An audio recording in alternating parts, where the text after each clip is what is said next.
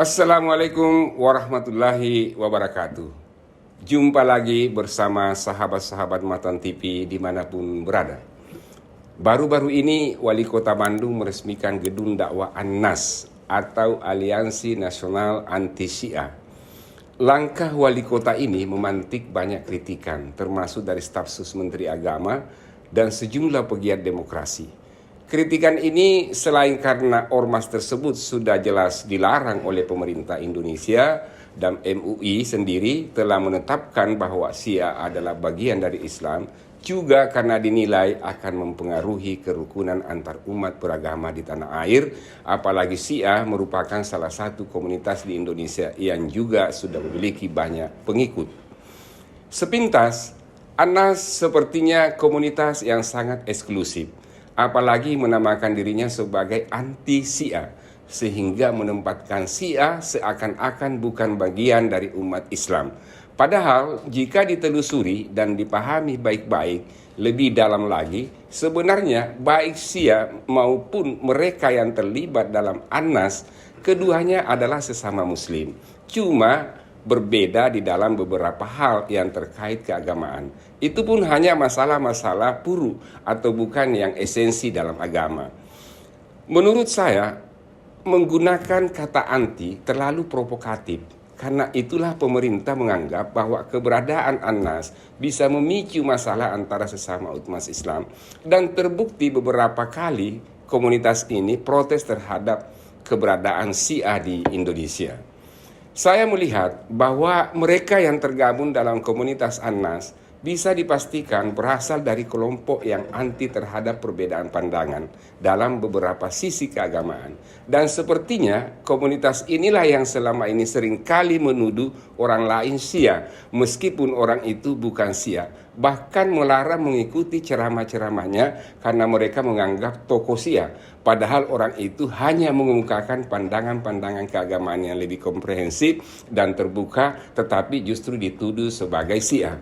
Jika kita membagi pandangan keagamaan dalam Islam, maka secara garis besar kita bisa membagi ke dalam dua kelompok besar, yaitu Sunni dan Syiah. Kedua kelompok ini merupakan perwakilan dari kelompok-kelompok kecil dalam Islam. Sunni misalnya memiliki kelompok tersendiri yang juga belum tentu sepaham antara satu dengan yang lain. Apakah itu masalah ketuhanan atau masalah ibadah dan muamalah. Anggaplah misalnya kelompok Salafi, sebuah istilah yang disematkan kepada mereka yang sangat konservatif, yang sesungguhnya juga adalah Sunni, tetapi terdapat perbedaan-perbedaan pandangan di dalam beberapa hal keagamaan. Meskipun hanya terbatas pada masalah puru, bukan yang esensi di dalam agama. Begitu juga dengan Syiah yang terbagi ke dalam beberapa kelompok. Ada yang moderat dan ada juga yang ekstrim. Jadi Syiah itu tidak satu tetapi memiliki banyak sekte di dalamnya. Jika kita membagi sebaran afiliasi mazhab umat Islam di dunia yang jumlahnya mencapai lebih dari 1 miliar, maka secara garis besar dapat dibagi ke dalam 6 kategori, yaitu Muslim Sunni bermazhab Hanafi sebanyak 35%, Muslim Sunni bermazhab Syafi'iyah sebanyak 25%, Muslim Sunni bermazhab Al-Maliki sebanyak 15%, Muslim Sunni bermazhab Hambali sebanyak 4%, Salafi sebanyak 1%, dan Muslim Syiah sebanyak 20%. Dari 20% penganut Syiah dari total umat Islam di dunia ini, mereka tersebar di hampir semua negara-negara Muslim, terutama di negara-negara Timur Tengah, seperti Irak, yang jumlah penganut Syiahnya sebanyak 65%, Libanon 45%, Yaman 45%, Bahrain 75%, Kuwait 35%, Turki 25%, Suriah 15-20%, Uni Emirat Arab 20%, Saudi Arabia 15%, Pakistan 20-25%, Afghanistan 20%. Dan negara-negara Arab lainnya seperti Mesir, Sudan, Maroko, Tunisia paling tidak memiliki penganut Syiah mulai dari 0,1% sampai 5% dari total penduduknya yang muslim. Iran tentu yang paling banyak karena penganut Syiahnya mencapai 95% dan Azerbaijan mencapai 85%. Penduduknya adalah Syiah.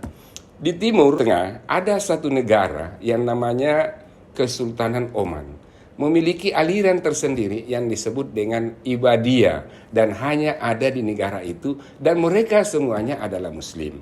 Nah, kalau kita misalnya melihat sebaran setiap mazhab di negara-negara Muslim, terutama Syiah yang mewakili 20% dari total penduduk Muslim di dunia, ya, Indonesia ini masih sangat kecil karena ada data yang mengatakan hanya sekitar 600.000, tetapi ada juga yang mengatakan bahwa sudah ada lebih dari 1 juta orang Indonesia yang bermazhab Syiah dan tersebar di seluruh wilayah Indonesia. Terlepas dari semua itu, bahwa Syiah adalah bagian dari saudara kita umat Islam. Karena bukan saja di negara-negara Muslim lainnya, tetapi juga di Indonesia. Nah, kita sebagai warga negara Indonesia dan umat Islam, maka sejatinya kita turut menjaga keharmonisan di dalam beragama, menghindari permusuhan antara sesama, apalagi sesama umat Islam. Indonesia adalah negara kita dan semua warga negara memiliki hak yang sama dalam menjalankan keyakinan mereka masing-masing. Negara memberikan perlindungan selama tidak mengganggu stabilitas keamanan nasional dan mengakui Pancasila sebagai dasar negara. Demikian yang saya bisa sampaikan, semoga bermanfaat bagi kita semua, terutama kepada masyarakat Indonesia dan negara yang kita cintai. Sekian, wassalamualaikum warahmatullahi wabarakatuh.